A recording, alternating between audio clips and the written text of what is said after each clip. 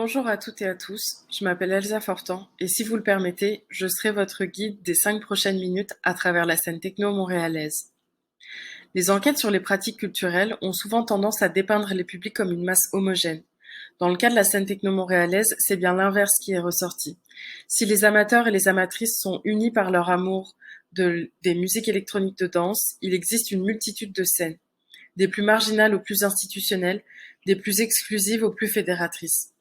Je vous propose de découvrir la scène techno montréalaise à travers 3 faits saillants pour commencer, et dans la deuxième partie de la vidéo, je présenterai mon cadre conceptuel et ma méthodologie. Fait saillant numéro 1, la techno ne s'écoute pas qu'en boîte de nuit. Voici une carte des lieux fréquentés par les amateurs et les amatrices de techno. On remarque déjà une pluralité dans la nature des espaces de diffusion de la techno.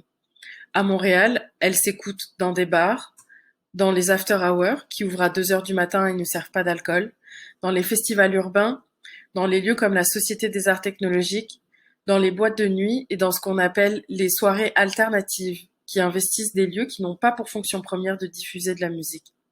Déjà là, on sent que ces lieux supposent des pratiques différentes. Événements le jour, le soir, la nuit, petite jauge, grande jauge, avec alcool, sans alcool, ils ne vont donc pas attirer les mêmes publics. Néanmoins, la plupart de ces espaces restent concentrés en centre-ville, dans des quartiers animés et des zones festives, comme le long de la Sainte-Catherine et du boulevard Saint-Laurent. Deuxième fait saillant, il existe plusieurs scènes techno. Lorsqu'on interroge les amateurs et les amatrices, on se rend compte qu'on a plusieurs caractéristiques principales qui se dégagent quand on parle de scène. Avec cette première carte, nous est proposée une distinction mainstream underground, qui n'est d'ailleurs pas propre à la techno, en jazz on en parle aussi par exemple, qu'on pourrait traduire par grand public et marginal. Des événements de grande envergure comme Pique-Nique électronique ou Igloo Fest, qui sont une vitrine pour la ville, sont considérés grand public. Pour les événements en marge, il y a différents degrés de marginalisation. Les événements peuvent être légaux, comme en after hour, ou dans des espaces alternatifs. Ils peuvent être semi-illégaux, donc sur le modèle du ramène ton alcool, donc pas besoin de permis de réunion, mais le lieu n'est peut-être pas forcément aux normes, ou carrément illégaux, donc avec un bar clandestin par exemple.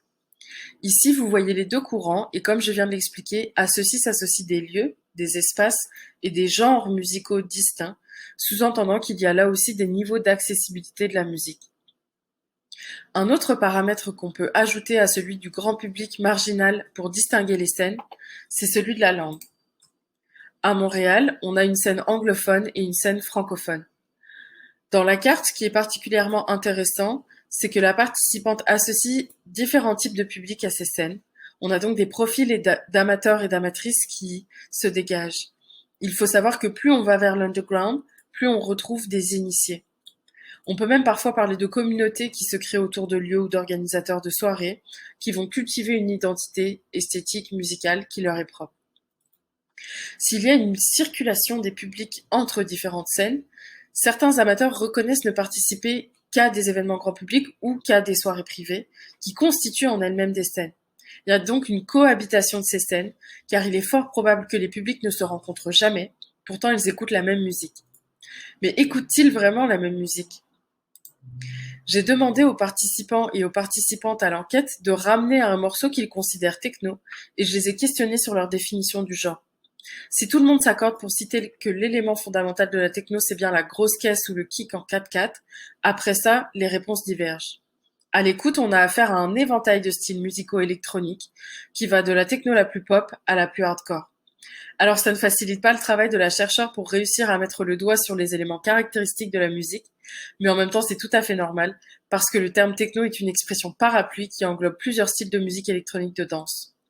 Pour des questions de droit, je ne peux pas vous faire écouter d'extrait, mais à la fin de la vidéo, vous aurez un lien pour accéder à une liste d'écoute des morceaux qui ont été partagés par les participants et les participantes.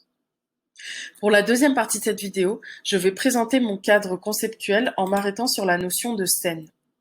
Donc, pourquoi je parle plutôt d'une scène et pas, par exemple, d'une sous-culture? Parce qu'en fait, la notion de scène, c'est beaucoup plus souple, c'est beaucoup moins figé. Donc, grâce à ça, je peux explorer les liens entre un genre musical et un territoire. Je peux étudier les dynamiques entre les acteurs œuvrant autour d'un genre musical et je peux comprendre les dimensions matérielles de ces dynamiques culturelles.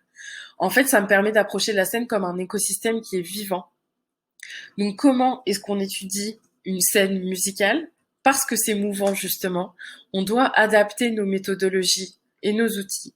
Donc en plus des outils classiques que sont les observations, le questionnaire, les entretiens semi-dirigés, j'ai utilisé la photo-éllicitation, c'est-à-dire que j'ai présenté des images pour que le participant ou le participante se positionne. Donc par exemple une photo qui illustre la scène EDM, donc la frange commerciale des musiques électroniques. Je voulais voir comment est-ce qu'ils allaient réagir.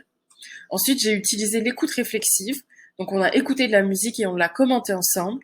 Et puis, pour finir, je leur ai demandé de me faire une carte mentale, donc une représentation visuelle finalement de leur discours ou de leur pensée sur la scène techno montréalaise.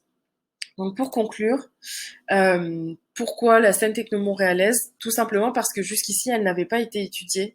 Et avec la pandémie, en fait, il y a des enjeux il y avait déjà des enjeux qui étaient là et qui sont exacerbés, et notamment le futur de la scène en ce moment qui est en suspens.